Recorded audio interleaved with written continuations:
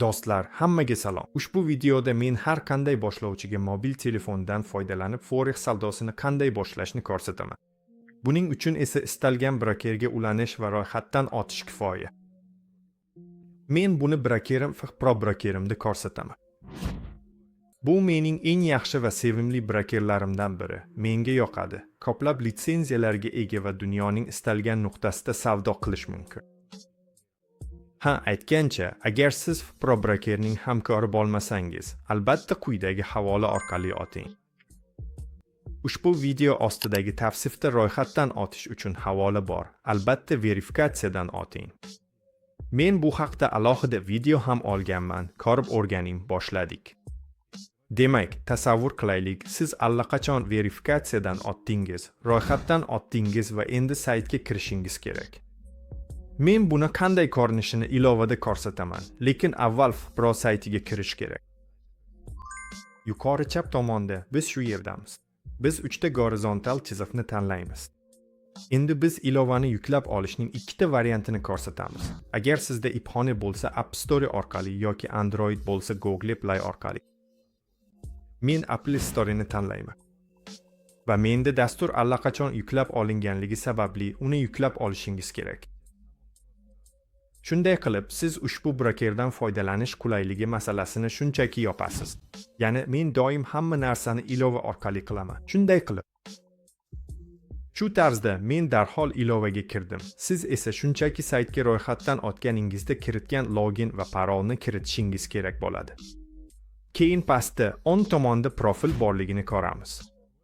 Agar, masalan, qandaydir ma'lumotlarni to'ldirmagan bo'lsangiz, profilni to'ldirish tugmasini bosasiz. Yuqorida anketani to'ldirasiz, keyin shaxsni tasdiqlaysiz. Bu uchun pasportingizni yuklaysiz va to'liq verifikatsiyadan o'tasiz.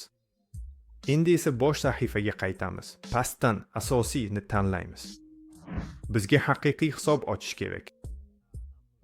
Asos sifatida siz demo hisob qaydnomasida mashq qilishingiz mumkin. Bu yerda demo hisob qaydnomasi uchun slayderni tanlang va demo hisob qaydnomasini yarating. Xo'sh, men sizga haqiqiy hisobni qanday ochishni ko'rsataman. Shuning uchun men bu yerda haqiqiyni tanlayman va haqiqiy hisob yarataman. Shunday qilib, bu menu biz uchun ochiladi. Bu yerda biz savdo qilish uchun sizga mos keladigan hisobni tanlashimiz kerak. Agar siz yangi boshlovchi bo'lsangiz, Pro standart deb nomlangan ushbu birinchi variant sizga mos keladi. Bu yerda siz hisobingizni minimal miqdorda, hatto $1 bilan ham to'ldirishingiz mumkin. Keyin bizda Pro Raw bor, minimal depozit $250. Bundan tashqari, Pro Elite VIP traderlari uchun minimal depozit $10,000 ni tashkil qiladi. Xo'sh, ko'pchilik birinchi variantni ishlatishini tushunaman. Shuning uchun uni ochaylik. Shuni ham unutmangki, agar biz yuqorida 5 bilan yangi haqiqiy hisob ekanligini yozsak, u holda 5 savdo terminali hisoblanadi. Men barchaga ushbu savdo terminalidan foydalanishni tavsiya qilaman. Xo'sh, agar siz to'satdan biror narsani o'zgartirmoqchi bo'lsangiz, yuqori 10 burchakdagi vitesni tanlashingiz va kerakli terminalni tanlashingiz mumkin. Aytaylik, MetaTrader 4. Bu eskiroq versiya. Ehtimol siz uni sinab ko'rmoqchisiz. Savdogar ham bor. Bu ushbu brokerning alohida ilovasi bo'lib, u sizga kriptovalyuta, energiya resurslari va indekslarni sotish imkonini beradi. Xo'sh, asosan hamma narsa bu yerda yozilgan. Agar qiziqsangiz, hisob qaydnomasini ham yaratishga harakat qiling. Xo'sh, men MT5 ni tanlayman. Keyinga bosing. Biz standart bilan ushbu kod avval bilan davom etamiz. Keyin bizda hisob valyutasi bor, standartga ko'ra tiyinlar bor. Biz kaldradan voz kechamiz. Menga birdan 1500 gacha tanlashga ruxsat bering. Keyin bajarish usuli panjara yoki to'siqdir. Bu yerda hamma narsa tasvirlangan. Men himoyalashni tanlayman va ushbu hisob qaydnomasida parol ishlatmoqchi bo'lgan katakchani belgilayman. Shuning uchun keyingi parolni o'ylab ko'raylik. Keyin hisob yaratish tugmasini bosing. Shunday qilib, bizda yangi savdo hisobi paydo bo'ldi. Endi bu oynani yopamiz. Bu yerda shunchaki ekskursiya qilishni taklif qilmoqda. Men skip tugmasini bosaman. Endi bizda savdo hisobi bor. Keyin savdo hisobini to'ldirish uchun pastdan to'ldirish bo'limini tanlashimiz va siz uchun qulay bo'lgan to'ldirish usulini tanlashimiz kerak. Bu yerda rus bank kartalari, mahalliy kartalar, kredit kartalari taklif qilinadi. Ust esa bu allaqachon kriptovalyuta hisoblanadi. Agar biz keyingi oynani ochsak, aniq qaysi bir tanga bilan to'ldirish imkoniyati taqdim etiladi.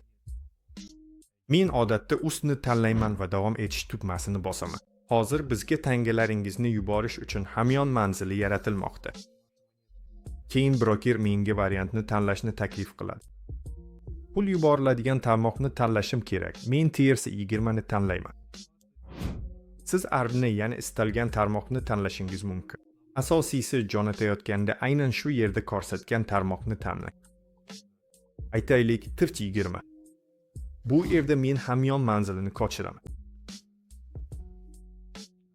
Shundan so'ng men oz bir jamga kiraman va shu manzilga, shu tarmoq orqali savdoni boshlamoqchi bo'lgan summani yuboraman. Hisobni to'ldirish bir necha daqiqa ichida amalga oshadi. Shuning uchun hisobingizni to'ldirganingizdan so'ng yuqorida bo'limida pul mablaglari keladi va sizga shu hamyondan pulni savdo hisobiga o'tkazish kerak bo'ladi. Buning uchun shunchaki o'tkazma tugmasini bosasiz. Menda hozir bu tugma faol emas, chunki men bu hamyonni to'ldirmaganman. Sizga esa shunchaki o'tkazma qilish va pulni qaysi savdo hisobiga o'tkazmoqchi ekaningizni tanlash kerak bo'ladi. Keyin ushbu ilova yordamida savdolarni ochishingiz mumkin.